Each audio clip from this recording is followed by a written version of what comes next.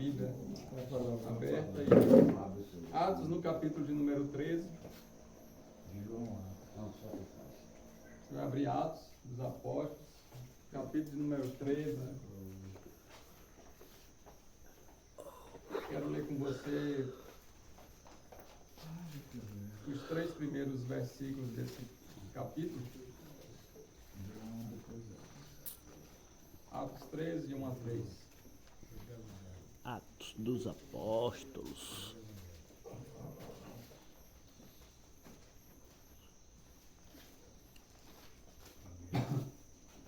Fica na paz. Fica na paz. Amém? Pai, a tua palavra para ser ministrada, que eu seja um instrumento agora para a tua glória. Possa abrir o entendimento de cada um de nós, a começar de mim, que o Senhor possa derramar os dons, para que a profecia seja lançada e o ensino edifique a tua igreja. Que eu diminui, que tu cresças, em nome de Jesus. Amém. Entre os profetas e mestres da igreja de Antioquia, da Síria, estavam Barnabé e Simeão, chamado Negro, Lúcio de Cirene, Manaém, que tinha sido criado com o rei Herodes Antipas, e Saulo. Certo dia, enquanto adoravam o Senhor e jejuavam, o Espírito Santo disse: separem Barnabé e Saulo para realizarem um trabalho o qual os chamei. Então, depois de mais jejuns e orações, impuseram as mãos sobre eles e os enviaram em sua missão. Até aqui. Vai vendo Atos dos Apóstolos, uma descrição dos acontecimentos ali do primeiro tempo da igreja na face da terra. E quando a gente chega no capítulo número 9, Paulo se converte, mas no capítulo número 13, ele vai começar a estar delineando essa formação da igreja, essa igreja missionária. Até então, existia uma igreja que as pessoas já conheciam, que era o Caminho, e Antioquia era conhecido ali, então, aqueles discípulos de Jesus como cristãos. Foi lá que se deu o nome de cristãos. Então, a partir de agora, a gente tem os discípulos, que são os cristãos, e eles vão desempenhar uma obra missionária. Aqui, na minha e na sua Bíblia, diz no capítulo número 13, que Barnabé e Paulo, que era Saulo, né? Paulo de Tarso, geralmente tinham 2 nomes, e como ele tinha 2 nacionalidades, o pessoal conhecia ele em Roma como Saulo e conhecia ele em todo Jerusalém, em toda aquela região circunvizinha como Paulo. Tem muitas pessoas que têm 2 nomes, né? Minha esposa tem 2 nomes, Eva Vilma. Então seria mais ou menos esse entendimento. Quando a gente pega ali Pedro, e ele também é chamado Simeão, ou Simão, melhor dizendo, Pedro, é por essa situação que ele fala aqui sobre Saulo. Não é que eram 2 pessoas, ou que era pequeno, o grande virou pequeno, até que isso a gente entende, mas aqui não está falando sobre essas coisas. O que eu quero abordar com vocês é sobre esse envio. Então, o capítulo 13, ele vai começar dizendo no versículo 1, falando exatamente isso. Entre os profetas e mestres da igreja, então a gente já viu os dons espirituais a respeito do serviço, como profetas e mestres, e aqueles que ensinavam para a edificação da igreja, e aqueles que estavam liberando a palavra de Deus como ensinamento para a edificação. Existiam então esses profetas e mestres. E dentre desses que estavam ali na igreja de Antioquia, era Barnabé e Simeão, chamado Níger. A gente entende que então Simeão era na região ali da África. Quando a gente percebe que eles estavam em Antioquia, para a região da África, então Jesus já tinha espalhado mesmo os discípulos por toda aquela região, já tinha chegado até em lugares mais distantes.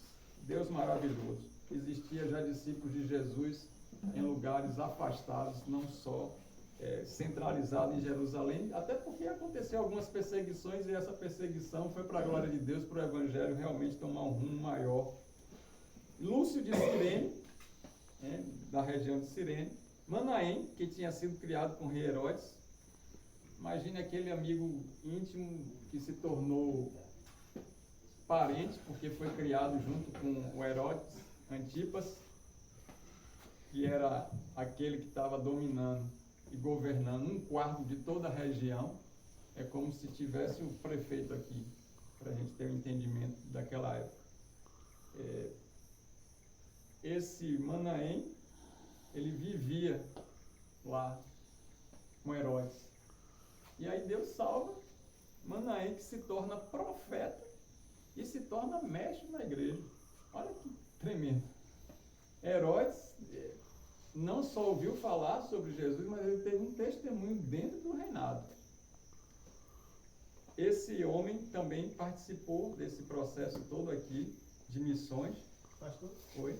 Esse mesmo Herodes que está citando aqui na Bíblia é o mesmo que matou João Batista?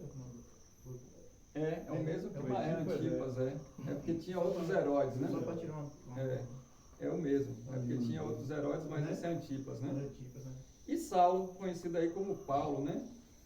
Herodes era o tetrarca daquela época. E esse Saulo também é perseguido, é a mesma coisa. Sim. Entendi. E Deus fez algo tremendo, né, na vida desses homens aí. E aí quando vem para o versículo 2, ele está dizendo, eu estou contextualizando só para a gente entender qual é essa história aí missionária, tá bom? Porque aqui do capítulo 3 até o capítulo 28 vai ter muita obra missionária. E para a gente poder entender o que isso acontece, Paulo vai desbravar, junto com esses homens e principalmente com Barnabé, mais de 40 lugares que nunca ouviram falar sobre Jesus. Não tinha ideia sobre isso. E Paulo, na companhia desses homens, e principalmente só, ele vai chegar em 40 regiões diferentes. Não é pouco. Gente, é muito lugar. Você hoje tem uma internet, você hoje tem um carro, tem avião, mas imagine o cara andando ou de cavalo, numa distância como daqui para os Estados Unidos andando. Misericórdia. Glória a Deus, não é misericórdia não, né? Glória a Deus pela vida de Paulo.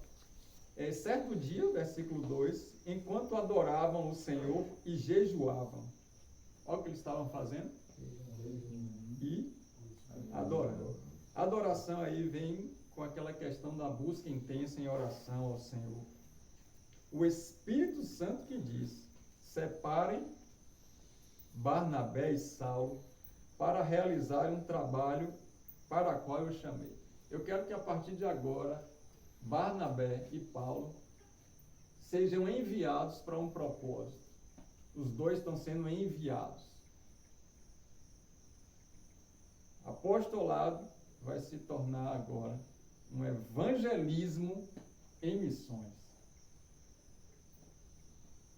Então não é para ficar não, é para ir. Separem eles. A igreja que estava orando. Deus fez com que a igreja estivesse orando, jejuando. Essa adoração fez com que o Espírito Santo direcionasse os missionários.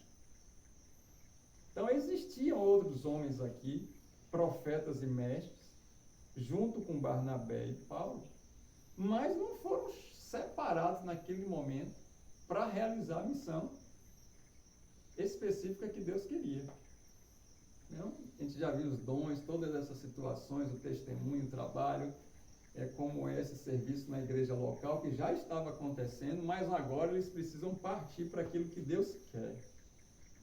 E aqui vai dizer assim, bem claro, no versículo 3. Então, eles arrumaram logo a mala de Paulo e disseram, é de Deus mesmo, manda ele. É isso que está escrito aí? Não. Eles jejuaram.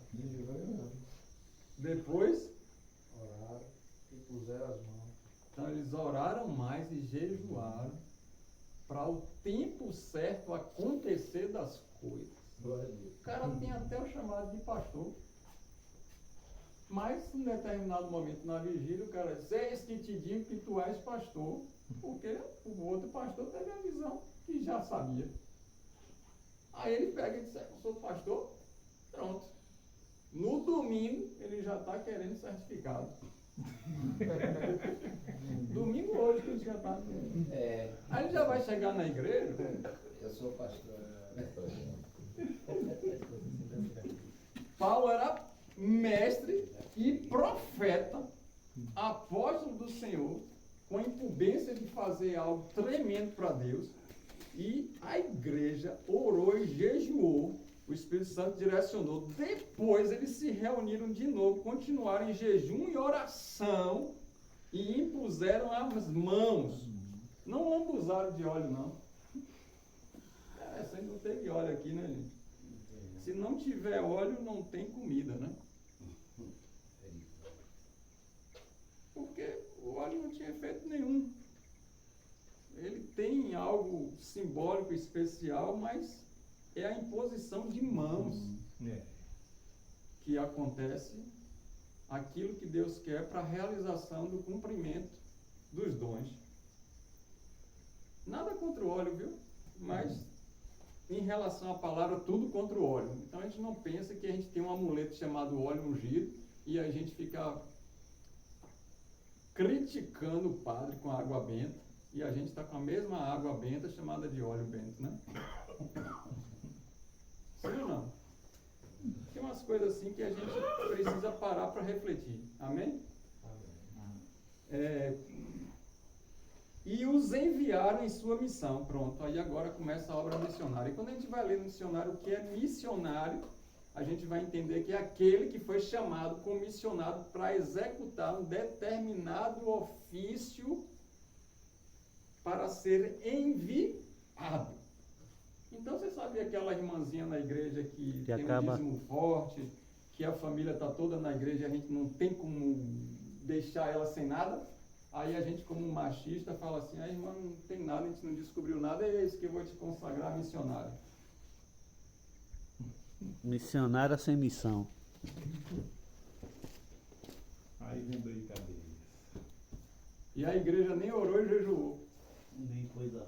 Foi porque o pastor teve uma visagem. A missão. Aí a gente não quer consagrar a irmã evangelista, não quer consagrar ela a pastora, não quer consagrar ela, ordenar ela a diaconisa, e a gente vai dar uma função de missionária para ela não ficar ressentida, aquela irmã benção, ora, tem a intercessão forte, só para bater na gente mesmo como homem. E aí agora a gente diz que ela, no latim, é a enviada para a realização de uma obra específica, fundar a igreja, edificar a igreja, acompanhar a igreja e realizar milagre. Ela então agora é consagrada apóstola, porque ela é missionária. Que é a mesma raiz. Só que não é qualquer apóstola, ela é uma profetisa e mestre. Que loucura foi essa que a gente fez com as mulheres? E aí a igreja desvirtuou, porque agora entra um espírito jezabélico. O espírito jezabélico não é a irmã que é Jezabel. Não. O espírito jezabélico dar uma autoridade superior, colocando a mulher em evidência, quando seria o homem para cuidar da casa.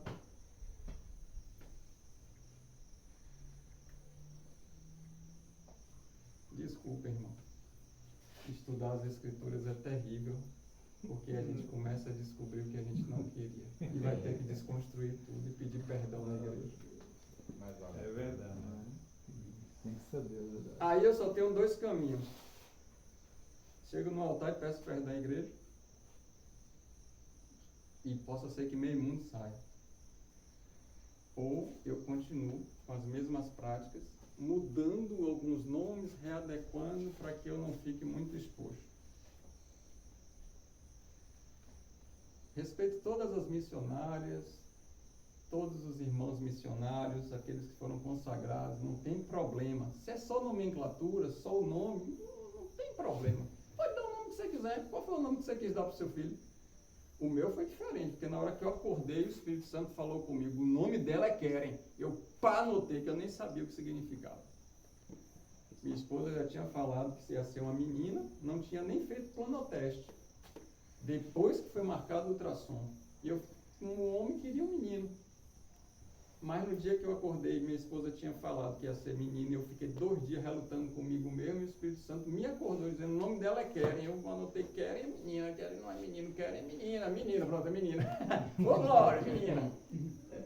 Aí eu falei, vai ser uma menina mesmo. Aí a gente fez planoteste, deu positivo, logo em seguida fizemos ultrassom, e aí a gente ficou naquela expectativa do ultrassom para identificar. Aí o médico ultrassonografista falou, olha, nessa idade gestacional aqui é difícil de ver, mas eu vou te falar uma coisa, 99% é menina. Aí eu falei, Glória! Aí ele falou, e outra coisa, eu gostei tanto de vocês, vocês não vão pagar exame, não vão pagar nada. Eu falei, que Deus! É porque quando Deus faz é assim. E aí Deus diz assim, pronto, você tem certeza que o negócio é meu? E aí não tem a dúvida do nome, né? E então a gente às vezes fica com essas questões assim, e a gente consagra o irmão ali a um missionário, e ele não vai para lugar nenhum, ele não está conseguindo nem pregar para o vizinho. Antes a gente tinha missões nesse contexto, lá do início, quando era Jesus ministrando, os 12 apóstolos, daquela obra nos campos, né? Tinha aquelas vilas e eles saíram, iam uns 72 e uns 12 e realizavam sinais, maravilhas, prodígios, curas, e eles voltam dos vilarejos como se fosse uma zona urbana. Mas aqui, agora, eles estão numa cidade onde Roma edificou toda a região e fez várias estradas. Então, as missões rurais, as missões de vilas saíram para missões urbanas. Eles estavam aqui no contexto de cidade. E aí, presbítero Theo, pregar para uma irmãzinha que você chega aqui no sítio, ela te recebe, te dá água, te dá comida, não quer mais você sair da casa. Mas você pregar num lugar que você não pode nem falar de Jesus, porque missão urbana é diferente de missão rural. Então, o contexto aqui da história da igreja muda. Esses missionários, eles não vão ser enviados somente para lugares distantes, eles vão ser enviados para cidades onde existia um paganismo, sincretismo religioso, várias outras idolatrias e religiões paralelas, sincretistas, misturadas, politeístas, e eles iam ter que enfrentar heresia, falsos profetas, falsos mestres, ensinos teológicos diversos de diversas religiões. Essa era a característica do missionário. Então agora eles começam a estudar as escrituras, porque ia pregar o que para essa gente? O preparo que falou. Agora não tem problema, você consagrou a irmã missionária, eu estou falando na raiz da palavra. Você consagrou a irmã evangelista, você consagrou, que às vezes ele é diácono, depois ele vira evangelista para ele virar pastor. Em outras denominações ele tem que ser diácono para depois presbítero, para depois pastor. Isso aí não tem nada, não vai dar em nada, pode ser do jeito que quiser, fique tranquilo. Mas não é hierarquia, não é carne. Agora, o cuidado que eu tenho quando a gente fala assim, esse irmão vai fazer uma obra missionária. Estevão fez uma obra missionária, pregou o evangelho e Paulo se converte com a pregação de Estevão.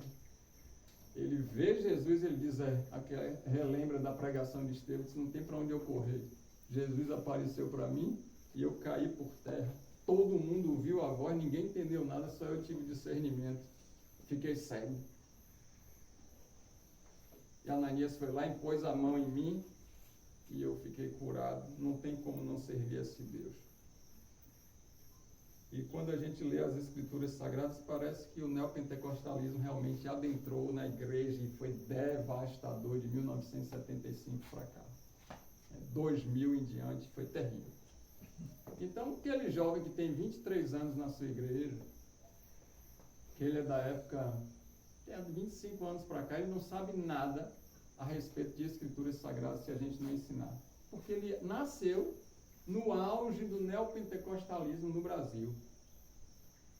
Lê a escritura, inventa coisas, trabalha com coisas, mas não está na Bíblia.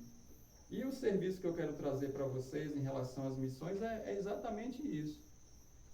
Eu falei dessas coisas assim, mas não tenho nada contra nada não, porque às vezes o fundamento da nossa fé não são os nomes. O fundamento da nossa fé é em Cristo Jesus.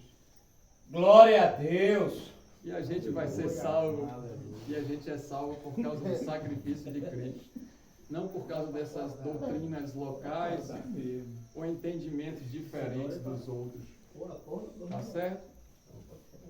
Agora, quando tem desvios doutrinários em cima disso, é isso que eu quero mostrar a partir de agora. A gente ter cuidado por causa dos desvios doutrinários. Se a gente faz algo, a gente precisa conduzir aquele algo que a gente fez para não haver desvio doutrinário. Porque o desvio doutrinário nos coloca numa linha muito fina para cair para a heresia. O que é desvio doutrinário? Ensinando coisas que não estão nas Escrituras, ou ensinando coisas que podem ser acréscimo local, mas não está alinhado exatamente com as Escrituras. Se você caminhar o tempo todo se equilibrando, vai conseguir. Mas se vacilar e cair para algum lado deles dois, pode entrar num caminho de ensinar coisas que realmente não estão nas Escrituras, acrescentando, retirando a palavra de Deus, e isso aí já sabe que esses não herdarão o reino dos céus, como está em Apocalipse. E eu vou dizer então para você que a grande maioria das pessoas na igreja não sabe o que é ser missionário. E então o que é ser missionário? Ser missionário é ser enviado para pregar o evangelho em algum lugar que a cultura é diferente da nossa, daquela de origem. Então, por exemplo, recebi o direcionamento de Deus e eu fui lá abrir um ministério lá em Malhada, completamente diferente da cultura nossa daqui. Tudo lá na região é diferente, né? Tem época do ano lá, o pastor Márcio é da região lá, Cariranha Malhada, ele sabe que tem época do ano que o sol lá, a gente derrete, né? É mais sol do que chuva. O vento já vem quente e o sol é de castigar qualquer um. E aí depois é nesse testemunho que a gente chega em Bom Jesus também para poder botar uma obra. É um local completamente diferente da minha cultura, da cultura da região, e a gente vai ter que ir se adequando a isso para poder fazer o que Deus quer. Então eu fiquei com essa temática também por isso, para contar um pouco sobre essa obra missionária. E o interessante é que é uma obra missionária urbana. A gente sai de uma cidade para outra e aparentemente você olha, parece que é rural, mas é urbano. Tem comércio, tem uma vida própria, tem prefeitura, enfim. Então é uma vida urbana. Ser missionário não é um título. Algumas igrejas colocam os membros de missionário, mas não dedicam a obra missionária. Missionário somente como um cargo. E a gente já viu que esses dons, esses chamados, não são cargos, ok? Também missionário não é ser pregador itinerante. Sou pregador itinerante. Então ele sai de local em local dizendo, eu estou fazendo missões. Ele está pregando em igreja. Então é uma cultura diferente. A cultura da igreja é que nós acreditamos em Cristo, cremos na Bíblia, temos um só Deus, os 5 solas. Então, missionário não é itinerante. Pregar em diversas igrejas não é missões. Ok? Se estão te ensinando isso, hoje acabou. Também não existe pastor itinerante. Ou bem ele é pastor de igreja local, ou bem ele não é nada. E ele é um irmão que está ali tendo a oportunidade. Talvez ele seja até um evangelista. Agora, pastor itinerante, pastor cuida de igreja local. Apacenta a ovelha. Pastor que cada dia está numa igreja dizendo que é itinerante, não dou um centavo. Aliás, tenho até dificuldade de ouvir pregar. Porque a mesma mensagem vem 12 meses. Fica repetindo a mesma coisa, você vê se você não fica talentoso naquilo. A primeira igreja que ele ministrar a mensagem vai ser razoável. E depois vai melhorando, quando chegar na 12ª, meu irmão. Arrebenta. Pregação. Aí na 12ª o fogo está caindo porque Está todo mundo na expectativa, porque já vieram de 11, já está sabendo o que está acontecendo antes, a comunicação já passou, os irmãos já bateram o fio, e ele vem aperfeiçoando a mensagem. Só que a mesma mensagem que era para a igreja número 1, não é a igreja número 12, porque senão não tinha cartas às igrejas de Apocalipse. Ele mandava só uma carta. Assim diz o Senhor. Tá, acabou. As igrejas são diferentes, têm mensagens diferentes, amém? Então, essas pessoas não devem ser consideradas nem reconhecidas como missionários. É um erro, é um desvio doutrinário. E também missionário não é fazer obra social, viu? Ah, eu sou missionário, vou levar ali uma cesta básica, vou levar roupa. Isso aí é obra social da igreja, tem que ser feito, é importante. Fazer ação social é importantíssimo, mas isso não é só ser missionário ou dizer que a igreja está com essa missão. A missão de distribuir sopa no hospital. E que bênção essa sopa, porque às vezes eu estou com uma fome no plantão, meu irmão, e chega esses irmãos e falam, oh Deus maravilhoso, o Senhor sabe como alimentar os seus servos. Mas para que foi mesmo? Não ouço pregar, não ouço ganhar nenhuma alma, não vejo ministração, está saciando a fome de um bocado de gente que não quer nada com o evangelho. Que bênção que mandou para mim, porque Deus, apesar de alimentar todos, mandou Uma porçãozinha. uma porção para mim, recebi minha bênção. Eita glória! Quando eu tive fome, me deste de comer. Mas qual é a função? Aí me dá um folhetinho, não pergunta nada sobre mim, não sabe nada sobre mim. Aí dá um folhetinho pro pastor. Eu pego, amém, obrigado, Deus abençoe, para não fazer, né? Mas eu fico pensando, qual é a finalidade disso mesmo? Que estão fazendo a obra missionária, não, estão com desvio doutrinário. Eles estão fazendo uma obra social e estão atrapalhando com missões. Tá certo? O missionário, ele está tão sedento por alma que ele dá a própria vida para poder salvar o outro. Verdade.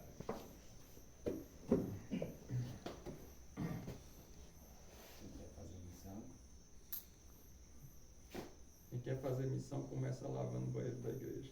Amém. Porque nunca assim vai saber como é que vai implantar alguma igreja e cuidar da igreja se não sabe as dificuldades da igreja local, né? Verdade. E aí eu quero trabalhar com alguns pontos rapidamente com vocês, que a obra missionária, ela é uma prioridade da igreja. Você vê que a igreja ali se reúne em Antioquia, começa a orar, jejuar e manda eles. Era prioridade, eles tinham que avançar porque o Espírito Santo estava dando um direcionamento. Então, a missão da igreja, ela é espiritual. Chegar, pregar, batizar. E interessante falar assim, vão por todo mundo, levando o evangelho ou pregando as boas novas e batizem essas pessoas em nome do Pai, do Filho, do Espírito Santo. Ele não fala assim, vocês pastores agora vocês saem em missões, consagrem os missionários para poder esses missionários trazerem as pessoas para a igreja para vocês batizarem. Não tem nada, que responsabilidade doida é essa que estão dando para a gente? Vocês que vão, Deus que mandou vocês chegar lá e vocês batizam essa turma. Não, aqui na igreja só o pastor que batiza. Já pensou se fosse assim? Aí Filipe caiu no deserto, aí está junto da carruagem. Aí o eunuco está olhando. Aí ele, está entendendo alguma coisa? Aí o eunuco, eu vou entender alguma coisa se não tem ninguém para me explicar. Ele, não, espera aí um tempo, fiquem aí, eu vou voltar em Jerusalém, Buscar vou comunicar o pastor. O sacerdote.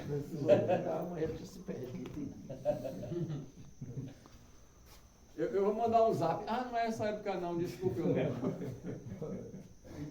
Menos, né, irmão?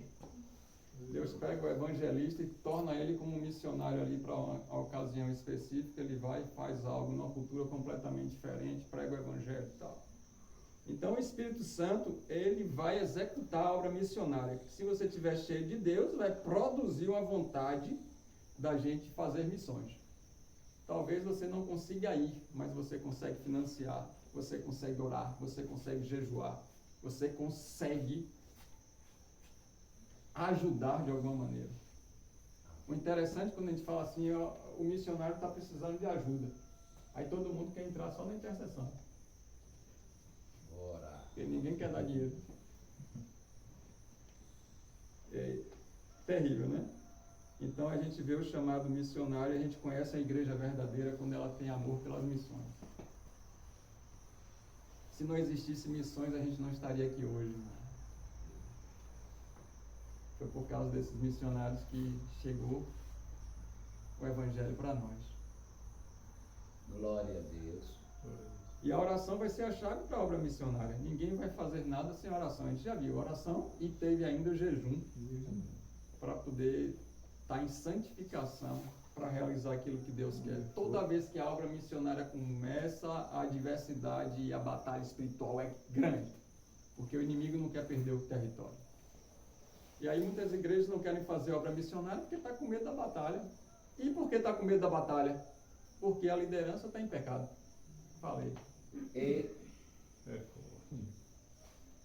Liderança e pecado é guerra sem armadura, é guerra sem munição, é guerra sem espada, sem metralhadora, é guerra sem arma. praticamente está na carnalidade, né? É. Não. Então o homem é o método de Deus para a obra missionária. O ser humano é o que Deus criou para executar a obra missionária. glória a Deus. E foi por causa das pessoas que Deus enviou Jesus. Jesus veio com uma missão e ele cumpriu a missão perfeitamente. Amém? Amém. Outro ponto que eu quero colocar é que a pregação é o meio escolhido de Deus para promover a obra missionária. Como crerão se não tem quem pregue? Como pregar se não tem quem vá? E como irão se não tem quem queira? A obra missionária, ela vai ter a pregação. E a pregação é para salvar, santificar, encorajar e fortalecer a igreja. Glória a Deus. Já vai acontecer isso do capítulo 14 até o 28. 40 lugares. Louvado seja o nome. Deus. A igreja local é a base para a plantação de igrejas. Então você vê o irmão aí, que ele vem de uma igreja internacional apostólica mundial. Inventei. Só tem uma denominação num bairro pequeno da cidade com 20 pessoas, a Igreja Internacional Mundial. Que missão é essa? Apostólica. É bom. Apostólica. É bom. Tá errado. A igreja que não faz missão, não tem uma igreja em outro país, é internacional, de mundial, de apostólica. Bom, Está profetizando. É, tá profetizando. É igual a igreja lá também, Olá, você saiu na live, alguém está querendo o nome de uma igreja, já pegou a visão aí. é. Igreja que... Aí o que eu estou vendo é o seguinte, ó, muito orgulho para pouca obra. Porque a gente viu aqui que se a gente não conhece o nosso dom, a gente começa a trabalhar e fazer para Deus ir alinhando. Então o que é que a gente faz? Tem que registrar a igreja, bota lá, ó, igreja simples do bairro tal. Mas a visão que Deus deu é internacional. Mas enquanto não for, não solta não. Porque se você soltar o que Deus falou, o que é que vai acontecer? Todo o inferno já se levantou para nunca aquela placa cumprir o que Deus determinou, varão. Verdade. Não é? As portas do inferno não prevalecem contra a igreja de Cristo. É contra a igreja, são todas as igrejas. É o corpo de Cristo, não é contra a sua igreja do bairro, não. Porque se as portas do inferno se levantar contra a igreja do seu bairro, está destruído. Fato. E isso não acontece pela misericórdia de Deus. Verdade. Amém? Amém. A gente tem que ter esse cuidado. Então a igreja local é a base. Ela começa na igreja local e aí a igreja que vai dizer quem são os líderes, porque Deus coloca no coração do corpo quem são os líderes. O que está acontecendo hoje? Existe o líder e ele vai formando a igreja. Fulano é não sei o que, você é o cargo não sei o que, e daqui a pouco está ali babá e os 40 ministérios. Ou eram os 40 ladrões, está dando mesmo. E ele vai montando um grupo E virou empresa. A igreja agora é empresa, porque tem a finalidade de juntar as pessoas e ganhar dinheiro. E aí tudo que era para ser igreja, como missões, não é. Então, as missões agora é fazer o quê? Campanhas de arrecadações. É para fazer ajuntamento de pessoas com encontros, desencontros e reencontros. É para fazer aglomerado de gente e vai colocar a música num tom menor, que dá aquela baixa, e aí apaga um pouco a luz e joga um conjunto de músicas que ela vai estar numa frequência de 125 Hz que cai para 45 e a gente fica dopado e tudo que eu falar vocês vão aceitar e eu posso passar a sacolinha porque eu vou livrar vocês do dinheiro. Eu toco em música, eu estudo música, eu sei música. Eu posso furtar vocês na hora que eu quiser, mas eu não nasci para isso, que esse não foi meu chamado. E aí a gente vai tornar o ambiente de feitiçaria. Encantador. Sim, porque os toques, estava conversando com um irmão que está aprendendo carrom, e eu falei, a gente pode fazer um rap, a gente pode fazer um rap e a gente pode fazer um axé. E ao invés de descer o Espírito Santo, desce quem? Quem está nas vozes celestiais da maldade, quem é? Estão comigo? A batida da bateria, do carrom, do violão, vai dizer o Deus que a gente adora.